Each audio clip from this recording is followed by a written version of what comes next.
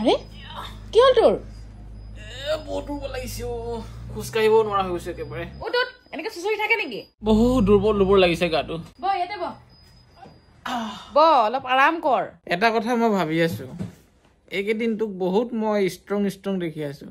কি খাই আছ মনে মনে তই মই খাই আছো নেচাৰেল চিয়াৰৰ মৰিংগা লেপ পাউডাৰ আচ্ছা সাম ওয়াও মৰিংগা পাউডাৰ মানে হল সজিনা পাতৰ গুৰি আৰু সজিনা পাত আমাৰ শৰীৰৰ কাৰণে কিমান ভাল সকলোৱে হয়তো জানে দেখুৱাই আছো এতিয়া মই ইয়াক কেনেদৰে খাই বিভিন্ন পদ্ধতিৰে আপোনালোকে খাব পাৰে আজি মই ৰুটি বনাই খাম বুলি ভাবিছো ৰুটিত মিক্স কৰি খাম আপোনালোকে জুচ বনাই খাব পাৰে বা পৰমথতে সকলো খাদ্যৰ লগত আপোনালোকে মিক্স কৰি খাব পাৰে যদি আপোনালোকৰ গাটো দুৰ্বল লাগি থাকে তেতিয়া হলে এয়া অতি উত্তম বস্তু যদি আপোনালোকৰ পিৰিয়ড চলি আছে তেতিয়া হলে এটো একেবাৰে এক নম্বৰ বস্তু লগতে প্ৰেগনেন্ট মহিলাসকলেও খুব ধুনীয়াকৈ খাবলৈ পাৰে হৰমনৰ ভাৰসাম্য বজাই ৰাখে এই মৰিংগা পাউডাৰত যেহেতু বহুত বেছি পৰিমাণে আইৰণ আছে যাৰ ফলত শৰীৰত ৰক্ত বৃদ্ধিত সহায় কৰে তেজ বহাত সহায় কৰে আৰু বহুত ভাল গুণ আছে উপকাৰিতা আছে সজিনা পাতৰ মই কৈ শেষ কৰিব নোৱাৰিম আপোনালোকক এয়া চাওকচোন ৰেডি হৈ গল আমাৰ মৰিংগা পাউডাৰ মিক্স কৰি বনোৱা ৰুটি এতিয়া অলপ পিনাট বাটাৰ দি আমি ধুনীয়াকৈ খালো ৰুটিখন বহুতেই হেলদি হয় বহুতেই টেষ্টি হয় আপোনালোকে এবাৰ এনে ধৰণে খাই চাব আৰু বহুতখিনি আপোনালোকে ভাল ফলাফল পাব বুলি মই